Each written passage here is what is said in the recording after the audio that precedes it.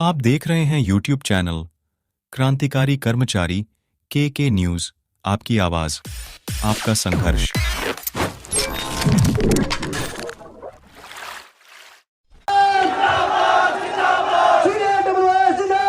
जींद के हुड्डा ग्राउंड में clerical association welfare society द्वारा हरियाणा सरकार द्वारा लिपिकों को वेतनमान 21,700 के विरोध में रैली की गई।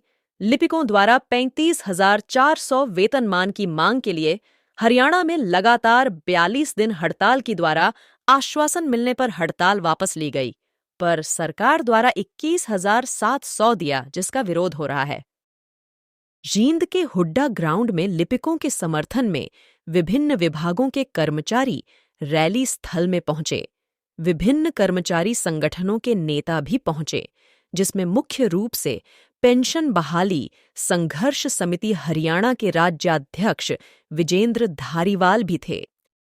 आपकी जो 35,400 की मांग है, इसको पहले महीने डेढ़ महीने के अंदर ही जैसे ही मंत्रिमंडल का गठन होगा उसके अंदर पूरी करने का काम करेंगे।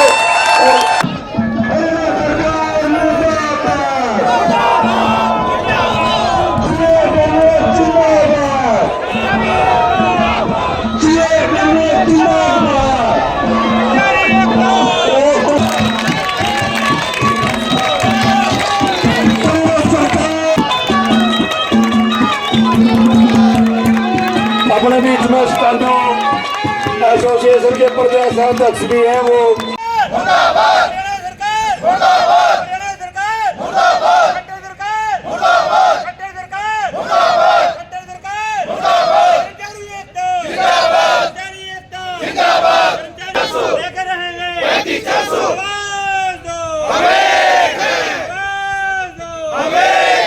क्लरिकल वेलफेयर एसोसिएशन जो क्लर्क के भाइयों के लिए बैठी है और 42 दिन तक अनिश्चित काल के लिए हड़ताल में बैठे रही है, और 42 दिन के बाद जो मौजूदा हरियाणा सरकार से समझौता हुआ था, आज ये बड़े दुखी है इस बात के कि समझौता लागू नहीं किया गया।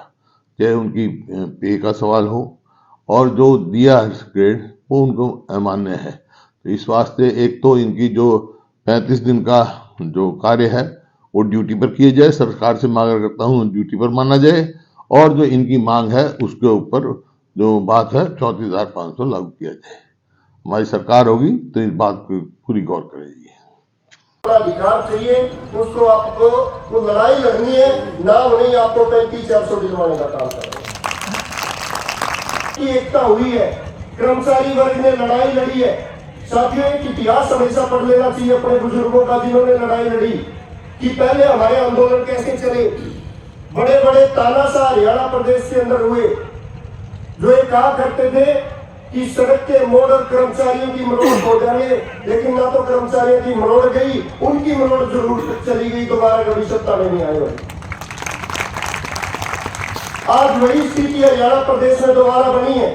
ऐसे मुख्यमंत्री बैठे हैं, ना तो आपकी बात को सुनना चाहते, अगर सुन ले तो समझना नहीं चाहते, और आपके साथ एक बड़ा मजाक जो सबसे बड़ा करके है, ये क्लर्क तो कंपनियों को सारी फाइलें तैयार करके आप देते हो, उनको ये बताते हो कि आपको करना क्या है, इस विभाग के नियम क्या है, कायदे क्या है, कानून क्या है।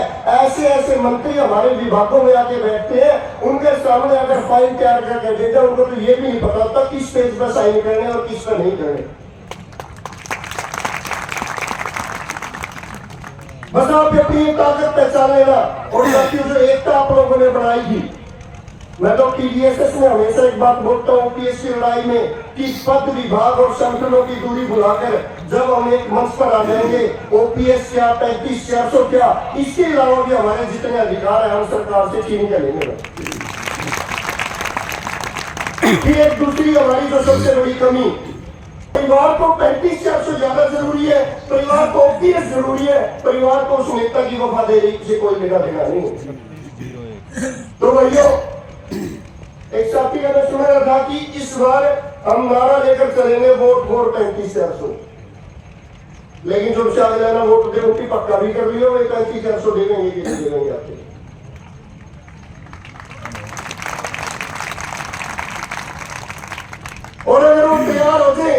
ये ना मानने रखने तैयार हो जाए तो निश्चित तौर पे हमारा ये भी है भाई हम उसको खुल का समर्थन दें, क्योंकि हमने तो अजमा के देखा है। 3 मार्च 2022 की बात है, हिमाचल प्रदेश में हमने मुख्यमंत्री आवास गिरा रखा था। इस आंदोलन में पहली लाठी वहां खाई थी और पहली लाठी लड़की एक बात कही थी, ये लाठी हमारी पीठ के ऊपर नहीं लगी, आपने अपनी नींद खुदवाने के लिए हमारे ऊपर लगा दी। और हिमाचल प्रदेश का मुख्यमंत्री पंचकुला में 3 बार आके बोल के जा लिया कि मेरी कुर्सी तो भाई ओपीएस वाले लेंगे। चैनल को लाइक और सब्सक्राइब करें, बेल आइकॉन बटन अवश्य दबाएं।